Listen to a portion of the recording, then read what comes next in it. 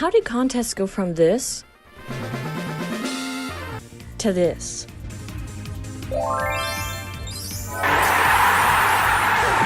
Pokemon contests were introduced in Generation 3 with Pokemon Ruby, Sapphire, and Emerald. They were featured again heavily in Generation 4 with Diamond, Pearl, and Platinum, and then they were reintroduced in different ways for their respective remakes. Despite contests being heavily featured in Gen 3 and Gen 4, as well as the anime emphasizing this as well by introducing a protagonist who provides an alternate option to the narrow path of trainerhood, you could become a coordinator. Despite the efforts though, contests have never resonated with fans in really any game it seems. Not to say that everyone hates them or anything, but there's a lot to Pokemon contests that made it difficult to maybe get into. I want to talk about how they work, reasons people enjoy them, reasons people might dislike them, the ribbon system, other reward incentives for participating in contests, and many things in between. Thanks so much for the support and I hope you enjoy. Let's get into contests in Ruby, Sapphire, and Emerald.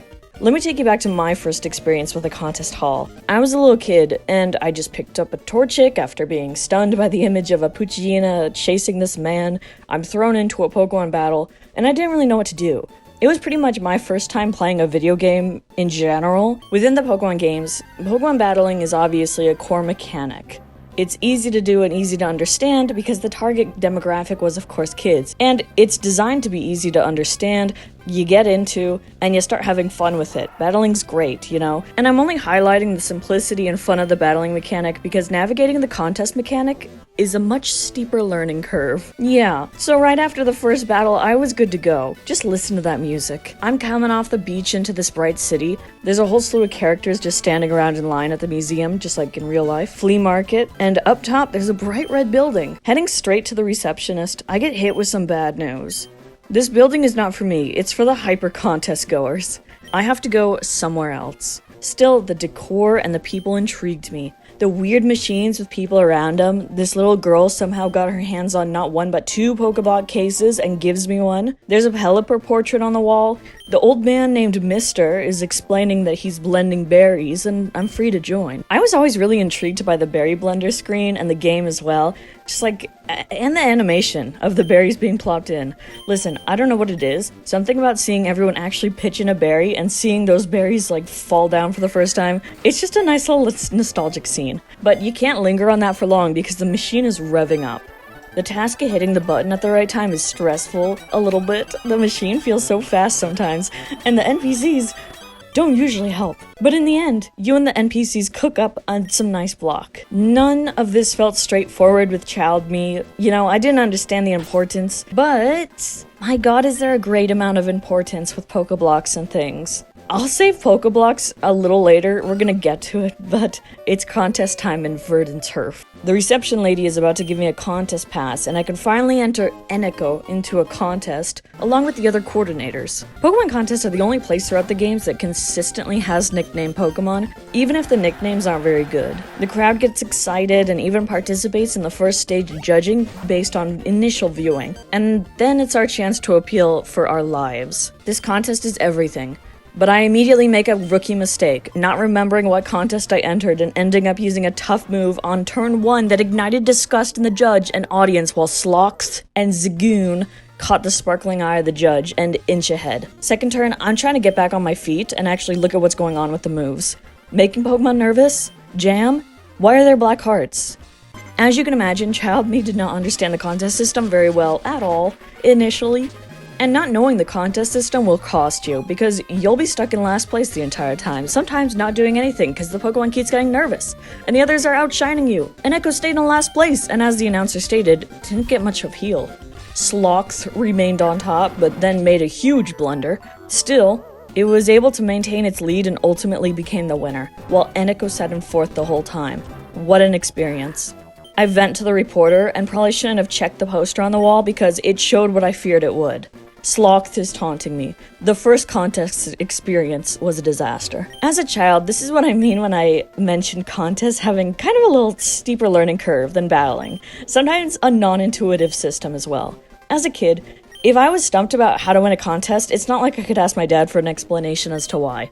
There's a number of things that contribute to trainers not liking contests, and perhaps, for when we were kids, you know, this is some of the things that might have played in, such as complexity of contest mechanics, learning the intricacies of move combinations and appeals, steeper learning curve than battles, relying on the judges' opinions for scoring, frustration when perceived strong performances receive low scores, emphasis on appearance over strength, discrepancy with the original Pokemon philosophy of strength and growth. Like I said, they're very different than battles. And then feeling that contests don't contribute to the Pokemon's battle capabilities. Those might be some reasons why they might not have vibed with some people, but don't get me wrong, there's many people who still loved it, including me. Yeah, so when I say the complexity of contest mechanics, you know, in what we just saw, it could be things like just using the wrong move in the wrong contest because you're trying to first understand the heart appeal system, maybe still not understanding what the jam means or what the black hearts are, but then there's secondary effects on other Pokemon that can indicate startling them and making them too nervous to move. The symbols are also new and not like anything seen before. You start to see there's a lot going on here that you weren't fully aware of, and you're kind of thrown into it. You're also seeing the judge front and center. It's clear that he's in charge. You're appealing to him and only him, it feels like.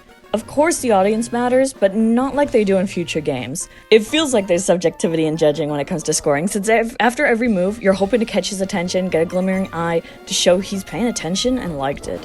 I can see kids finding it frustrating or not understanding why their performances got low scores.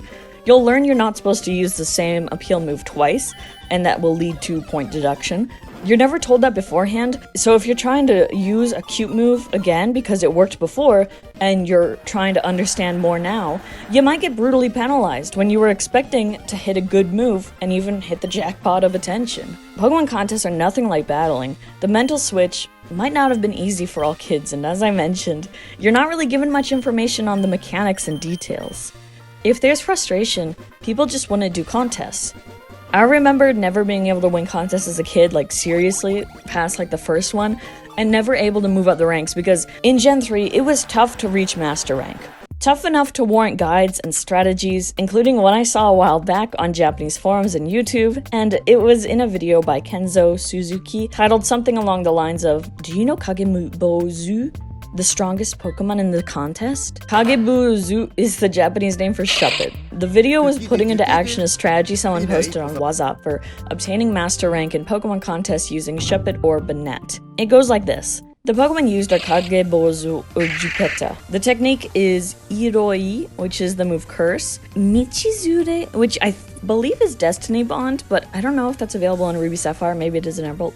Damashi Uchi, Feint Attack, and then your choice between Urami, which is Spite, or Onnen, which is Grudge. The aim is to excel in tough and smart contests with this strategy. In most cases, the order has you going first to use Feint Attack. If it wasn't you on number 1, then use a move other than Destiny Bond. If you're going 3rd or 4th, use Spite or Grudge in the first case. If you aren't using Feint Attack in the first turn, use Feint Attack. If you used Feint Attack in 1, use Curse. Same for the second case. Use Spite or Grudge for 3rd or 4th. If used in 2nd, use Feint. Never use Curse or Destiny Bond here. Use Curse no matter what. Use Destiny Bond no matter what. The reason for using Curse is because number 4 doesn't get in the way. It doesn't take much tension. Number 4 is better. After that, give Pokeblock and Smartness and Toughness as corrections. If you do it like this, you'll be able to decorate the picture and you'll be one step closer towards conquering the Master Rank. All 3 of my friends have done it, so give it a try. I'm sure there's other strategies players have cooked up among themselves and shared with others. We'll actually touch on some later. But I just found this really interesting and an example of like just the fun strategy involved in contests in Gen 3. Like I said, I don't speak Japanese very well at all, so a lot is going through a translator, but I just wanted to include that fun little thing. Despite the hurdles though, I couldn't help but enjoy contests as a kid. Like, don't get me wrong, I never got Master Rank, I never got too high up, but I still liked it. If I didn't know what was going on, it was fine. I was hoping to one day be able to, because the idea of contests is so fun, and I think it had potential. We'll cover Gen 4 contests in a second, but let me talk about how they changed contests when they remade Gen 3 with Omega Ruby and Alpha Sapphire. If you go to the contest hall in Slateport, once again, there's not much you can do initially. So, all we have to do is see how there's no crowd here? Well, if we head out of town, all that changes suddenly and miraculously. It isn't until you're pushing ahead and leaving town that it triggers the NPCs to gather, and it's because their idol has stepped outside. Licia and her Altaria are the poster of contests. But they aren't just called Pokemon contests anymore, they're Pokemon contest spectaculars. And boy are they spectacular. ORAS goes hard in contest aesthetics. Licia is dressed up and designed all fancy with her own contest costume, and after she scopes you out, you also get your very own flashy pink contest costume to participate with. The male character gets a cool rock star getup, and Licia is important because she singles you out and that's your in to the contest scene. And once you go through her forced dialogue and everything, you can compete in Slateport right then and there. And once you do, if you're playing on the 3DS, it uses the camera as a backdrop during the contest.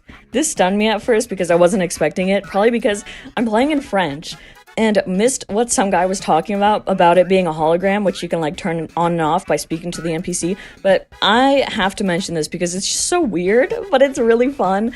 I couldn't help but smile at it. Like, I love seeing the silly 3DS features being used just because they can. At any point during a contest, you can snap a picture and it'll be saved in the hall. Although Pokeblocks are still utilized and still important, you can blend them anywhere, anytime, from within your bag. It's so easy to make though, let's talk about that first. The previous rules are thrown out. Like, I can put 4 of the same berry into the blend machine and get 1 of 5 colors, and that thing can be jam-packed with power. Berries are divided by colors, and those colors separate the contest types. The berries are sorted just by color, and the berry tag tells you the color. It's so easy to think, I want to win a cool contest. Red is the color for cool. Here's some red berries, let's use these. It's just so simple and intuitive. In Ruby, I got brown Pokeblock, the berry tags aren't as simple. I couldn't help but feel that, an easy ORAS system though, like this, could have done well in the first generation of Contest 2, but I also treasure the memories of confusion at times that Ruby brought. And it's expected that the remakes would really simplify. The contests in ORAS feel completely vibe-based with the crowd. There's no longer a judge staring intently at you and your Pokemon, no pressure to perform to his tastes any longer. No, the audience now has glow sticks, and they will show you what they think with those things. The appeal stage hasn't changed drastically, but the Pokemon out there with the highest stats in the contest type will take advantage of the audience's interest and show off with a bang. We're still back with performing a move and getting hearts, as well as the radar that adds a star when the Pokemon pulls off a move of that contest type. Just like the first games, if you manage to get that jackpot of 5 stars, then you're rewarded with a huge jump in hearts, netting a huge advantage. In ORAS though, if you have a Pokemon who's able to do it, you can even get a Mega Evolution to happen when you hit your 5-star jackpot. They need to be holding the right thing though, and you'll need your Mega Bracelet as well, but if you do those things, you may stand a chance at defeating Licia at the top contest ranks. She performs with her Altaria, of course, and she even has it nicknamed. Altaria has a really neat Mega Evolution. It's kinda wild seeing Mega Evolution inside the contest hall.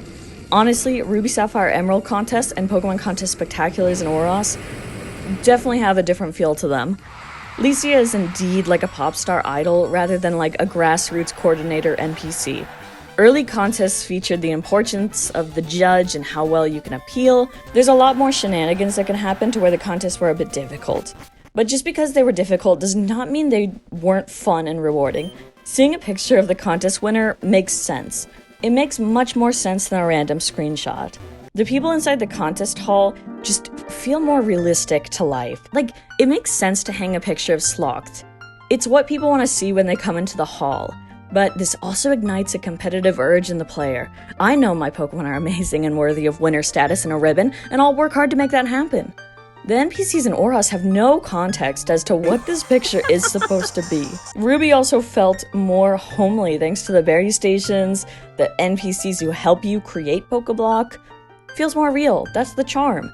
There's a news reporter who sometimes shows up to hear a word from you regarding the latest contest show. That's whether you win or lose, too. And you're able to let loose and tell them how you really feel. I do root for this guy, though. I hope his story makes it on the news, too. Meanwhile, in ORAS, after your first contest, you're given something. Cosplay Pikachu.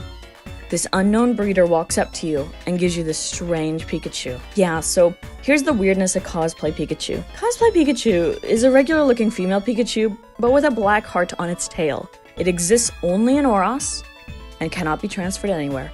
It immediately reminded me of Spiky-eared Pichu, another obscure Pokemon I made a video on, and how it's trapped forever in HeartGold and SoulSilver. The encounter's rather simple. The Spiky-eared Pichu just comes running when the event triggers. She appears, she's always female, at level 30, with some powerful attacks not normally found on a tiny harmless Pichu.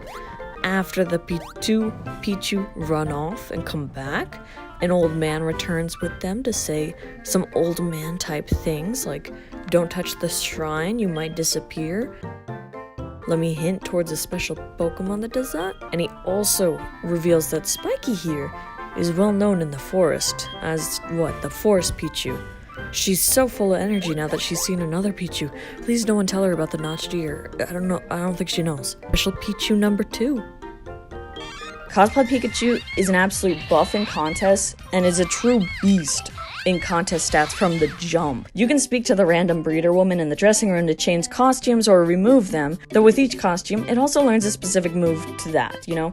I actually like the designs of Cosplay Pikachu. I just wish they weren't trapped, but they are.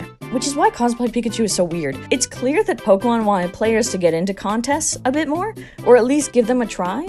And I think they did a good job making it fun and accessible in the remakes for a new, audience, let's say. But I do also see why some still don't really mess with the contest system. Even so, if you haven't experienced contests in Ruby, Sapphire, Emerald, and you've only played ORAS, I do encourage you to give it a try sometime. I just like seeing how the different ones feel. They definitely feel different. But don't get me wrong, there's still strategy and skill present in ORAS contests similar to the original ones. While researching, I finally also realized why they use the term coordinator in the anime. I am dumb, but a contest focus on coordinating the Pokemon's nature and preferences, and then move combinations and such. There's so much happening under the hood, and there's a lot of information to keep track of that, like I said, is not really mentioned in the games. I never paid much attention to natures as a kid, but they do matter sometimes in contests as it relates to growth rates in that contest condition. This is where primary conditioning is a main factor in the initial phase of the contest, but secondary conditions and Sheen also influence score. Sheen was something I wasn't too aware of until hitting Gen 4, and we will discuss it, but it does exist in Gen 3. Sheen is a value ranging from 0 to 255, and it's determined by how much Pokeblock the Pokemon has eaten, and equivalent to the cumulative sum of the Pokeblock's feel. You can check it with a Pokenav, and it's permanent. Pokemon really wanted to emphasize Pokeblocks. They included a Pokemon who evolves when its beauty rating is 170, and that's Milotic. You weren't able to view the rating though, you just had to increase beauty by feeding Pokeblocks. More specifically, blue or indigo Pokeblocks. I never obtained a Milotic in Gen 3 initially due to its notoriously difficult way to obtain not only Feebas, but then to evolve it. It took work to find Feebas. If you're eventually able to get Feebas though, you better hope you got the right nature. Once again, some natures have Pokemon that really like certain tastes. If your Feebas is rash, quiet, modest, or mild, they will eat the dry Pokeblocks and love them. But if your Feebas is impish, careful, or adamant, they hate dry Pokeblocks, and you'll likely need to find another one. If your Feebas is any other nature though, you better pay attention when making Pokeblocks, because you can make it work, but only with high quality Pokeblocks. Later on, the evolution was changed to where you could access a Prism skill, give it to Feebas to hold, and you could trade it that way. You get the trade evolution. You can still do the convoluted beauty method, but there's other ones now. There's also scarves that you can give to your Pokemon to boost their scores in the primary judging portion. If you want scarves though, you should go show the Pokemon fan club president a Pokemon with at least a 200 value in the condition corresponding to the scarf. If I want a yellow scarf, I better show off a Pokemon with a 200 plus value in toughness. So, strategy in the Gen 3 contest. Secondary judging includes appeals for 5 turns where Pokemon earn hearts. It's simple to see how many hearts you can get for a certain move, and the jam section, how many hearts a move can remove from the Pokemon that appealed before it. Let's talk about the move combinations and moveset strategy though, because this stuff went over my head as a kid, mostly because I wasn't that aware of it. The idea is pretty simple though. A combination move on turn 1 will double the hearts earned by its pair move the next turn. Some real coordinator stuff right here. This makes sense. Setting up Sunny Day and then using a fire move that goes well with it can definitely make a more appealing contest strategy. Same goes for others. Interestingly, you can also throw an Ice Punch and then stun everyone when your Pokemon brings out a Fire Punch the next turn, showing that it can handle both ends of the temperature spectrum. You can only see this in Ruby and Sapphire through Medicham, legally being able to learn both, but otherwise this is an Emerald thing by making use of the move tutors in the game. Sometimes you can combo with a move that isn't under that contest type, like with Tackle and Scratch being utilized in a cool combo after Yeet Leer. Throwing mud everywhere with Mud Sport and Mud Slap is a good strategy for cute contests. It's a good strategy for cute contests, as is arresting and then using Sleep Talk or Snore. Apparently, smart moves are more so about jam than appeal, and Calm Mind plus a follow-up move is a strategy to just destroy the other Pokemon. And Tough has some solid options as well. You'll also need to look at moves and strategy that can help against nervousness and other problems that might come up that could mean your Pokemon not getting a chance to perform or losing out on a lot.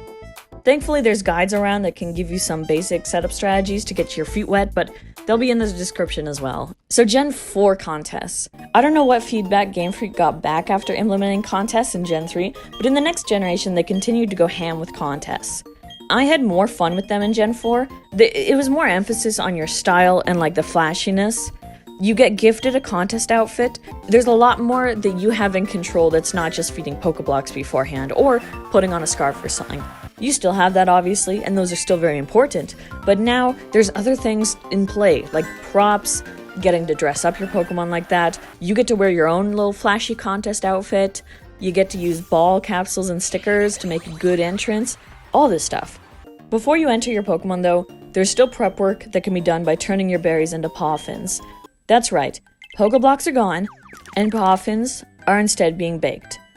I really like Poffins a bit more, probably because they feel a bit more like something, and you're pretty involved in the process in a straightforward way. When you're stirring the batter around, making sure not to spill it or burn it, it's a lot more involved and realistic, I guess, than like the machine where you just kind of, it spins berries and you just hit the button and then they come out as cubes and stuff. But it's whatever. Poffins are fun. Gen 4 also felt more straightforward with the sheen dilemma, and you still have to be careful when making Poffins to make sure you're getting the most out of them with the least amount of sheen so you can pack them into your Pokemon more and more. This is true in the remakes as well. You'll also want to still be checking the nature of your Pokemon to see what their likes and dislikes are, and how that can impact their growth and specific contest stats. Scarves exist too. There's multicolored scarves that can boost the stat, coordinated with color. Although there's a lot of overlap still in some contest ideas from Gen 3, there's enough new things that feels different. But the most difference still lies in the primary performance and judging, so let's look at that. As mentioned, you can start by dressing your Pokemon up into whatever you want based on the items you have. I like any sort of collecting, and whether it's ball capsule stickers or props, I like the added items that you can do things with and personalize it even more, on top of the Poffins you make as well. Seeing the NPCs bring out their dressed up Pokemon was always a joy. This is very different from the original Gen 3 sprite showing and crowd cheers, but both are still wonderful in their own charming ways. But after showing off looks, you're moved to the next phase of the contest, and that's the dance competition. Yeah, Gen 4 added dance to the competition, and I can see it making sense to hopefully make contests more involved for the player who's participating in it. If you're needing to focus on button placement and rhythm, you'll likely be more engaged than say just looking at hearts, and then type a move, and then clicking A. BDSP also went ham on the dance competition to the point where it's just about the only thing you can do. You still get a chance to feed Poffins and increase the contest stat for the initial appeal phase, but once again it's just sending your Pokemon out and seeing how the crowd reacts. But that part of the contest have always been pretty much the same. The dancing feels much more involved in BDSP, and it probably has to be since that's just about all you can do.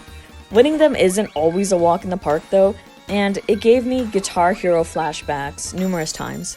Sometimes getting the rhythm down was a bit tough, and there's different tunes for each contest type of course, but after some practice you should be able to have it down. I believe in you. The other Pokemon are also competing at the same time as well, and sometimes if you can get high enough ranks, you'll see characters like your mom, Jasmine, or Fantina joining. I really like Fantina and her concept when she was originally shown in Gen 4, introduced not only as a strong gym leader, but a contest master as well. I like her a whole lot more than Licia, for example, and the inclusion of her early on is neat, and was probably just another way to try and get players to get into contests and emphasize the duality of both roads for a trainer. I'm not sure if it succeeded. Although for Gen 4's contests were flashier and more involved than Gen 3, I can see some players still feeling a little bored with them or not vibing with the dress up and dancing. In BDSP, you get one chance to show off a move at some point during the whole show, and although the moves can vary in what happens, it's just a nice show-off thing that I usually press if I know I'm going to be missing some notes while trying to perform the Guitar Hero dancing segment. At least in Gen 4, an acting competition did come after the dance competition. The acting competition brought back judges front and center, ready to evaluate your Pokemon and the appeal from their moves. There may be 3 judges staring you down, but each Pokemon seems to appeal to one judge. But since there's 3 of them, there's inevitably going to be a Pokemon who's going last, let's say, who performs to a judge who's already got a performance shown to them, and that can impact scores. Surprisingly though, there can be shakeups where the Pokemon with the lowest performing scores can go first. The idea of performing to specific judges is interesting, and with 3 of them, I can see that the acting portion in Gen 4 has added more variability, and I can appreciate that. I have to say, I also kind of enjoy having judges more than just a crowd. Maybe it reminds me in part of how the anime influenced the image of contests and the importance of judges and things like that, but it just feels better than glow sticks and things. Which leads me to at least mention this, Gen 6. Gen 6 contests weren't really brought back or anything, but the anime did almost play into it through Serena. However, the games didn't feature them. After Gen 4, contests really weren't implemented in the way that they were in Gen 3 and 4. They were included in remakes, sure, but that was expected. They were remakes. It would be strange to not have contests in those games. But after Gen 4, I think Game Freak was getting the message that players just didn't really like contests or engage with them as much as they intended. Despite the emphasis in the games, the anime, and so on, I don't think this alternate path for trainers really showed itself to be a true alternate path. Don't get me wrong. It's not like I would say make contests take over battling, let's say, as a choice, but I'm just saying it's not like ribbons have fallen out of favor. In fact, people adore ribbons, and ribbons were a key to what drew people to contests in the first place. At the end of the day, you're still competing with other trainers to win something special for your Pokemon. And being able to put a ribbon on a Pokemon means it stays there forever, and it's something special. There's many people who love obtaining ribbons, and the community is large. And Pokemon has never gotten rid of ribbons, only contests. There's many ribbons to obtain, like even a daily one in BDSP from talking to a girl each day of the week. There are so many ribbons to obtain, from event Pokemon holding ribbons and things already, to, BDSP, there's a girl you can talk to for each day of the week and get a ribbon for it. Then there's a ribbon for footprints, there's one for being champions, of course, for each region, and other things. There's even a ribbon in Legends Arceus you can get for your Pokemon by taking a photo with them, and if you haven't gotten ribbons for your Hisui Pokemon, I definitely recommend it. Scarlet and Violet still has ribbons, and one of the new ones is a cool 1 in a million sort of one where you can get from a surprise Pokemon while you're trading them, and a random Pokemon will have it. I love ribbons too, but it's so interesting to see the success and love for ribbons, but the main way of obtaining them has gone away. There are no longer Pokemon contests, probably because it was hard to implement and have it be like a smash hit or staple, like ribbons are. Which is a shame, because although I love going back and playing through contests and obtaining ribbons for it, I know many people might not. Many people don't. But I wonder if we're gonna see, contests make a comeback ever, let's say. But yeah, I just wanted to go through the contest history and talk about it.